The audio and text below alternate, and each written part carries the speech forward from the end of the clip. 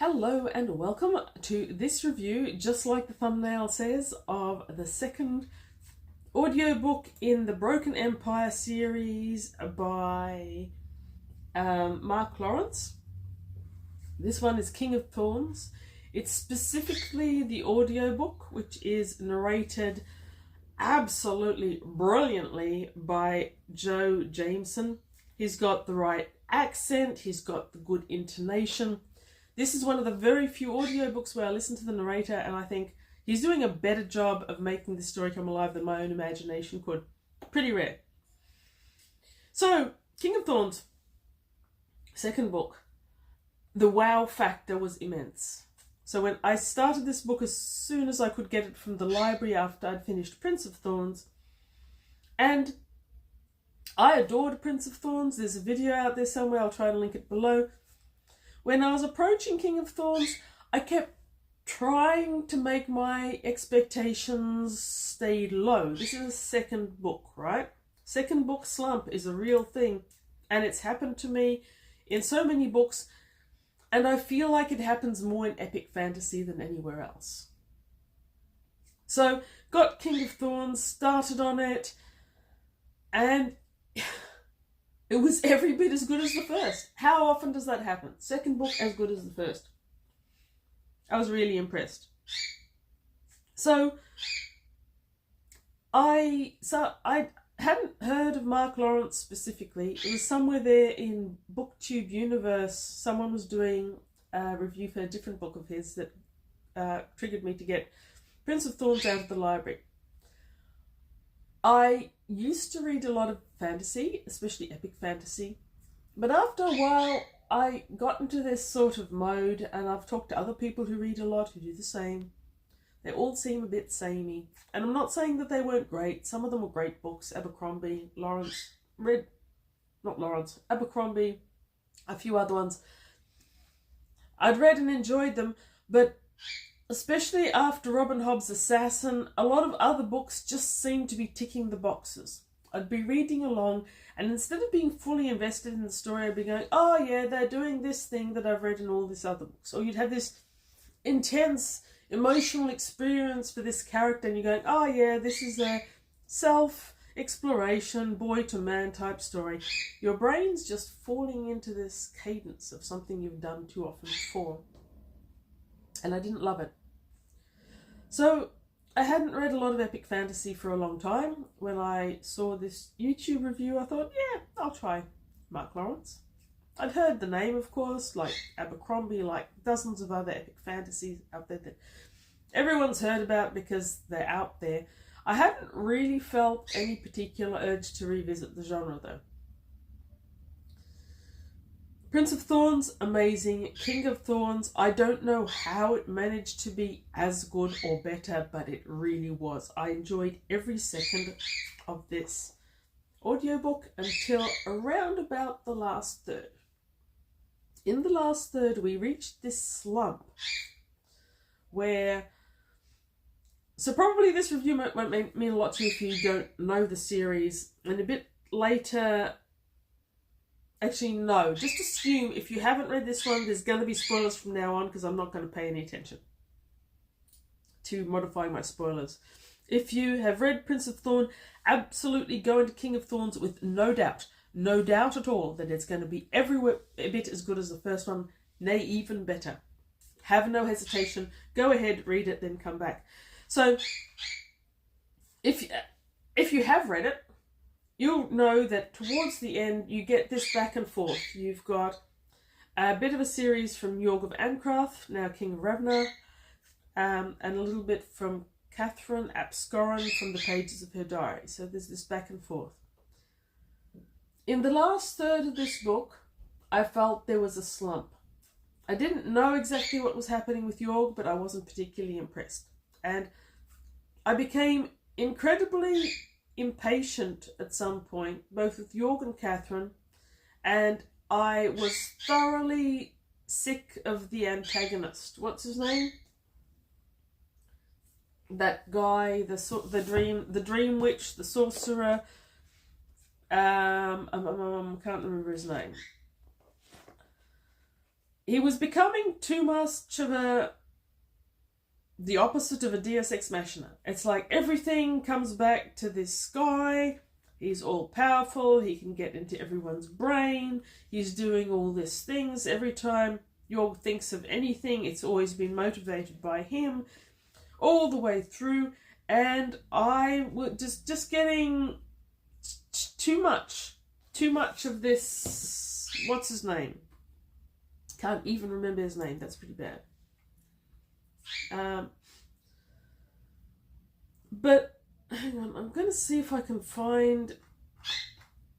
It's silly talking about a main character who. Okay, Goodreads Choice Award nominee for Best Fantasy 2012. Apparently it didn't win. I feel it probably should have. And you've got, he's the main antagonist and he's not even mentioned in the review. Okay, Dream Witch. He's a Moor. He's a heathen. He's got tattoos all over his body. He's really pretty effing annoying by the third half. It's like, you seriously trying to tell me that every single thing that's ever happened in Jorg of Ancraft's life is due to this to this annoying creature that isn't even there? And I was starting to doubt whether Mark Lawrence really knew where he was going with Jorg and antagonists. Turns out I was wrong. Lawrence was right. He got back from it magnificently. You want this? Come on. Come on. Come on. No, you don't want to. You just want to scream. Okay. Birds, right?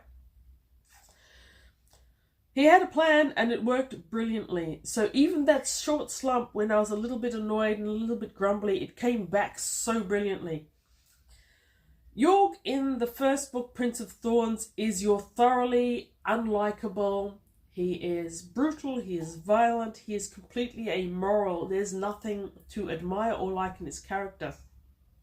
In King of Thorns, we start with that character, but the evolution of that character is just amazing. I'm not saying that at the end of King of Thorns you've got necessarily a more admirable character, but you've got a maturing and a balancing of that early child from Prince of Thorns that I would never have thought anyone could do. Didn't think you could create such a brutally unlikable, amoral character in Prince and still have them mature into what seems like a rounded human being in King. I was really impressed, because if there's one thing that a lot of epic fantasy does fall down on, it often falls down on character development. Now, the thing that the Broken Empire does that a lot of other epic fantasy does, you've got that back and forth.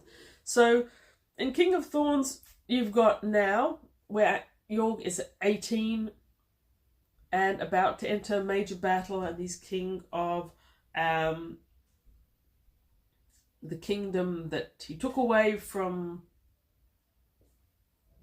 Got a kingdom at the end of Prince of Thorns, okay? He's in that kingdom in King of Thorns. But you balance between current day, which is him at 18, and back in time, which is him at 14. So the first book did between age 10 and age 14, and this one does between age 14 and age 18.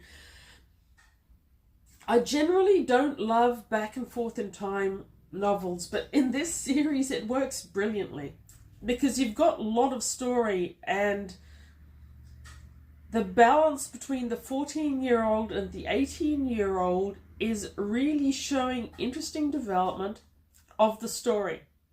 And also, you eventually realize of the character itself, but the character creeps up on you, and the story is really great. So you see all the things that happened back 4 years ago, and then they culminate in the now. And that is for both Jorg and for Catherine. One thing I really liked about Catherine's story arc is she starts to research sorcery. And Catherine as a sorcerer is a far more interesting character than Catherine as the sister of the woman who came to marry Jorg's father. So, well, I didn't love her character in the first half, and I thought she was credulous and quite stupid. Again, totally taken in by this antagonist who I didn't like anyway. she totally redeems herself. And the pages of the diary through which we see her, the end of her story arc in King of Thorns, is excellent because it provides a counter story to York's. And York is so complex. His character, his experiences, his worldview is perhaps as amoral as it was in the first, but it's actually, I don't know, I'm just raving, aren't I? It's really interesting. I thoroughly recommend it. The ending of this book was marvellous, by the way. In fact, it was so marvellous. I started it, remember, thinking this might be a second book slump. About 1/3 of the way through, I thought, no way. Not only do I love this book, I'm going to want to read it again. So off I went to the bookshop, and I did that thing. Even if the last one isn't quite as good, that's the last one. Sorry. Even if the last one isn't quite as good as King of Thorns was, Mark Lawrence still deserves my purchasing power on his behalf, because he's created what seems to be an absolutely phenomenal series. A whole second book that is actually better than the first book. Wow. And in fact, with the ending, I finished it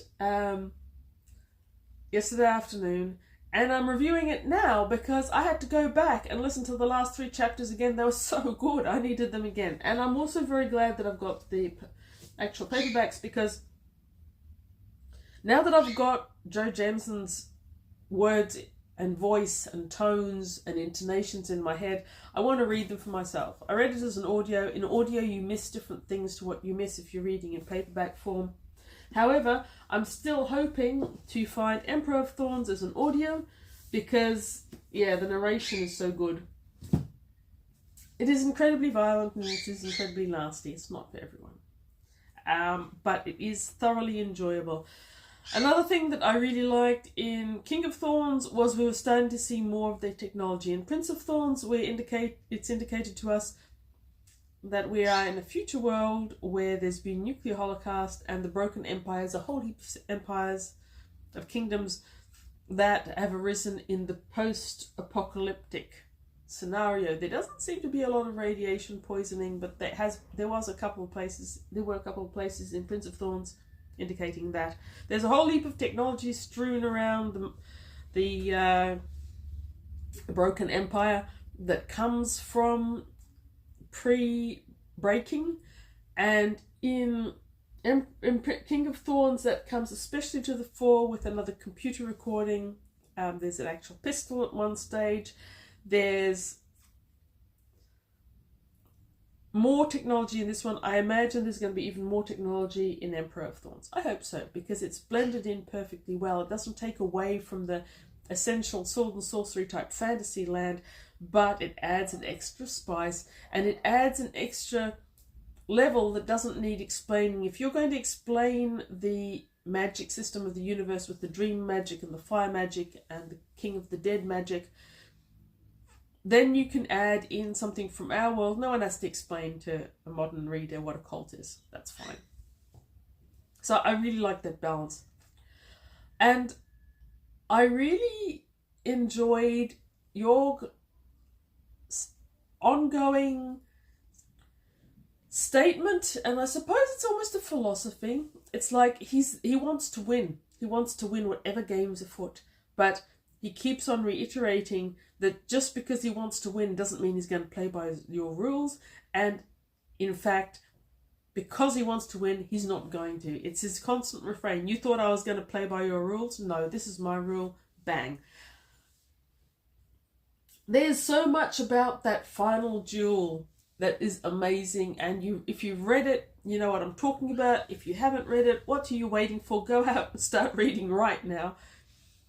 That final battle where he's going to face the Prince of Arrows, and you assume it's Oren, and then last moment you find not. So everything that you thought you knew about what was happening is just turned on its head completely, and you are as well. So you're reinvested there. And that is a thing that Lawrence has done time and time again in these books, you approach a scenario, you approach a person, you approach an event, thinking you know what's happening, and next thing you know, you're just going whoosh, and it's all turned on its head. So you're reinvested. I was absolutely 100% invested in Prince of Thorns. I was almost 100% invested in in King of Thorns. The point at which I became uninvested then turned on its head, and it's like, wow, I didn't see that coming. So yes, I'm going to go off to the library and I'm going to borrow Emperor of Thorns, probably today if I can't get around to it. Wonderful series. I've raved about this enough. I haven't really said much more than it's a wonderful series. Go read it. But wow, read it. If you've gone off epic fantasy like me just recently, it might well be that this won't seem quite as new and innovative to you as it did to me. But this was the perfect break the drought, as it were, on me and epic fantasy. So thank you, whoever is out there on BookTube who first recommended Mark Lawrence to me. Great recommendation. Thoroughly enjoying them. Thanks for watching.